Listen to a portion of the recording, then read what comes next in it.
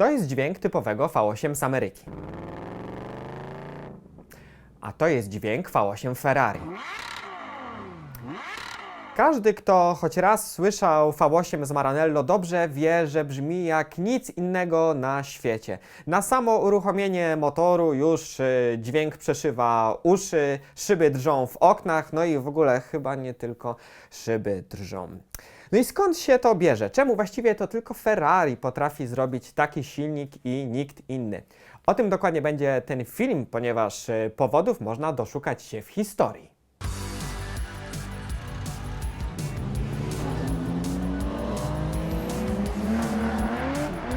Witamy na kanale YouTube magazynu Classic Auto. Już 24 i 25 czerwca zapraszamy na Mubi Dapit Tuning Festival i Classic Auto Market do targu w Kielce. Czerwcowe wydarzenie to prawdziwe święto tuningu i klasycznej motoryzacji.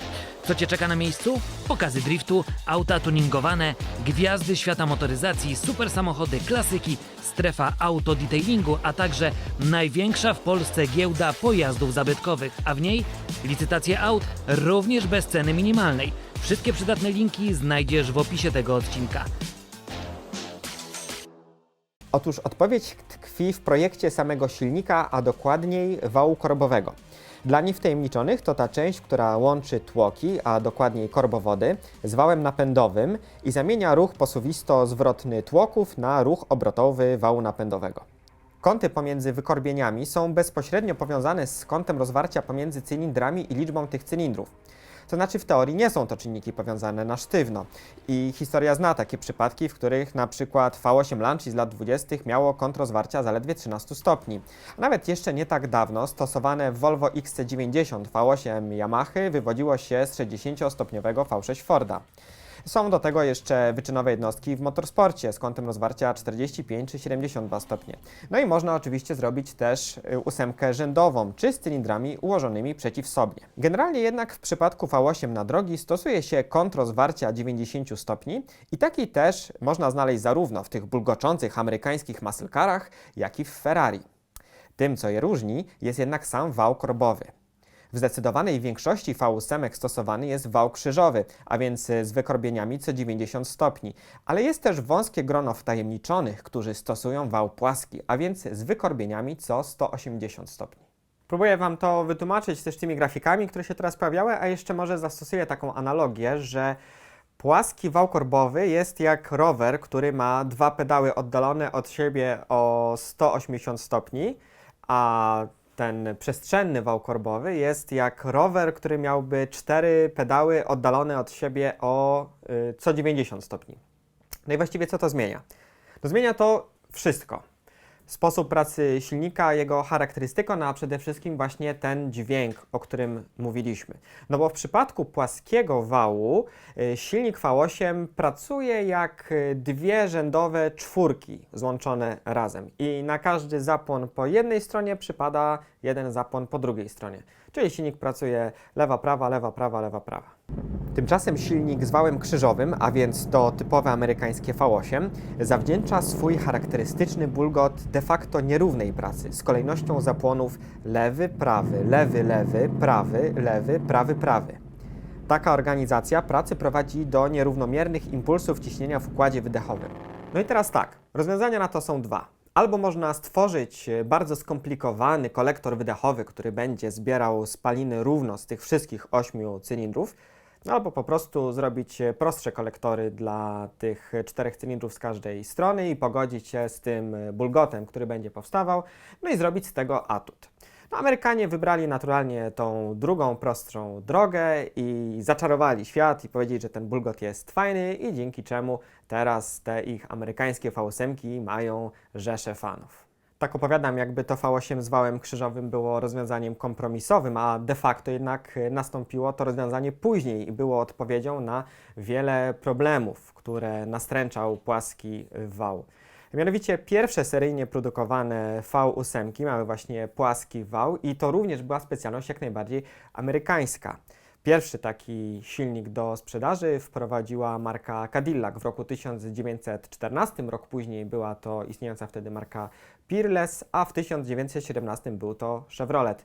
Przy czym już w 1923 roku Cadillac poczynił kolejny ważny krok naprzód i stworzył wał z wykrojeniami co 90 stopni, co stanowiło ważną innowację techniczną z tego względu, że wtedy było to jednak rozwiązanie dużo trudniejsze do stworzenia przy wykorzystaniu ówczesnych technologii kucia wałów, no bo wtedy jeszcze nikt wałów nie odlewał. Dlaczego tak starano się osiągnąć to rozwiązanie? No, przede wszystkim po prostu dawało dużo większy komfort.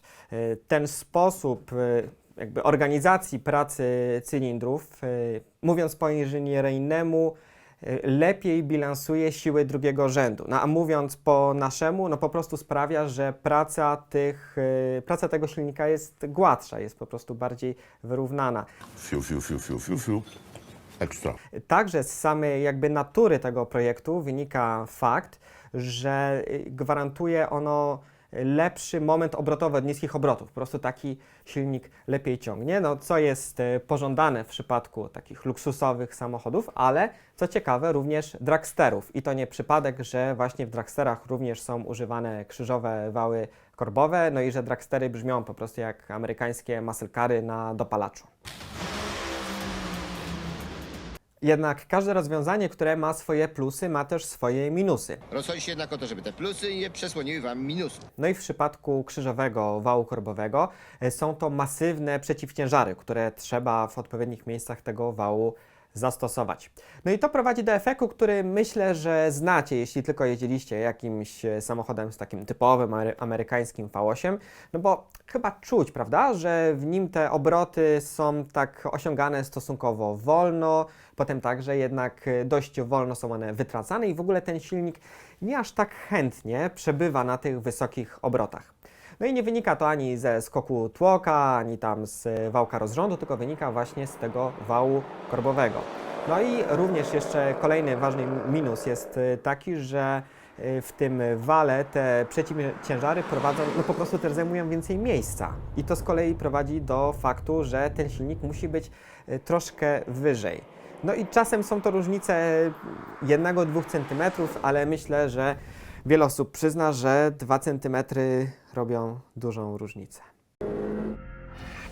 I tu na scenę wkracza Ferrari, które rzeczywiście przenosiło od zawsze swoje rozwiązania z motorsportu do aut drogowych i tak też zrobiło w roku 1973, gdy zaprezentowało swój pierwszy model silnikiem V8, a więc Dino 308 GT4, później sprzedawane pod marką Ferrari.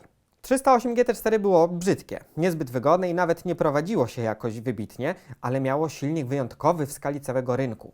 V8 o pojemności niecałych 3 litrów z płaskim wałem, które kręciło się do absolutnie stratosferycznych jak na tamte czasy 7000 obrotów na minutę, a maksymalną moc osiągało przy 6600 obrotów na minutę. A pomimo obecności zaledwie 2 zaworów na cylinder i gaźników Webera, wyciągało z tej pojemności całe 255 koni mechanicznych. Ten pierwszy silnik V8 typu szeregu F106 był bardzo ważny dla historii Ferrari, ponieważ to od niego zaczęła się linia tzw. Dino V8, która była jedną z najdłużej istniejących linii silnikowych w historii tej marki.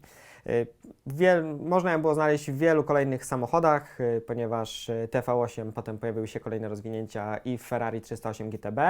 Co ciekawe, również już wtedy po raz pierwszy ten silnik wyszedł poza samo Ferrari, bo znalazł się także w Lancia Temie 8.32 i zwróćcie uwagę, że już tutaj jednak charakterystyka pracy była znacznie inna.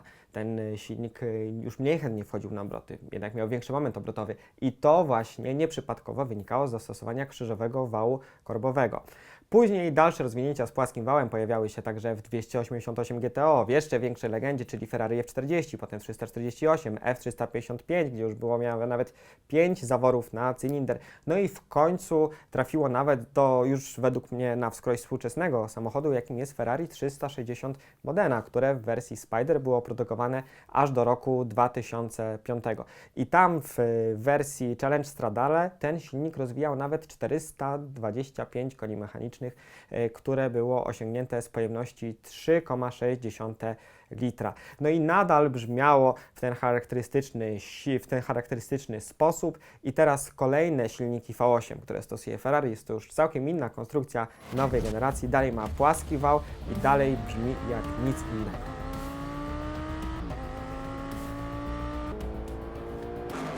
To na koniec jeszcze 2 bonusowe pytania. Po pierwsze, skoro to nie jest żadna tajemnica, jak takie V8 zrobić, no to dlaczego nikt inny go nie robi? No cóż, ogólnie nie każdy chce, bo jednak również takie V8 ma swoją cenę, choćby wyrażoną w ograniczeniach, stosunkowo ubogim momencie obrotowym, no i także wysokim poziomie wibracji, no i także jednak cenę wyrażoną dosłownie, no bo jednak to będzie silnik naprawdę ekstremalny i po prostu drogi w wykonaniu, bo takie wibracje można ograniczyć z kolei przez zastosowanie lekkich i egzotycznych materiałów. Kiedyś było to aluminium, teraz jest to na przykład tytan. No w przypadku takiej firmy jak Ferrari, po pierwsze nie trzeba aż tak zważać na koszty, a po drugie z takiego tytanu tak czy inaczej się będzie korzystać również jeszcze z innych powodów. A drugie pytanie będzie właściwie obserwacją, no bo jednak zapewne część z Was będzie pamiętała, że były też jednak V8 z płaskim wałem innych producentów niż Ferrari. Na przykład takie V8 z płaskim wałem miało już pierwszy Ford GT40 miał takie V8, potem też ono lądowało w Lotusie Esprit, w TVR-ze Cerbera, a nawet w ostatnich latach pojawiło się także w Shelby Mustangu GT350, no i nawet w tym zupełnie najnowszym Corvette Z06.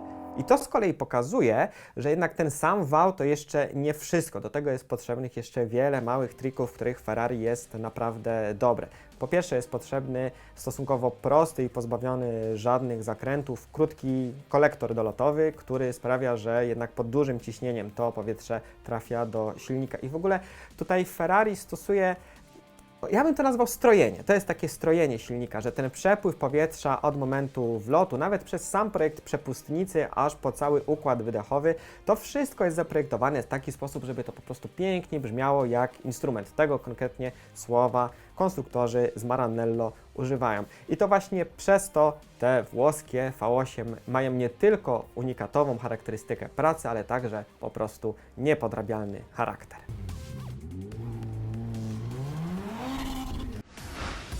Jeżeli chcesz prenumerować magazyn Classic Auto, zapraszamy na stronę www.classicautomac.pl/sklep. Link znajduje się w opisie tego odcinka.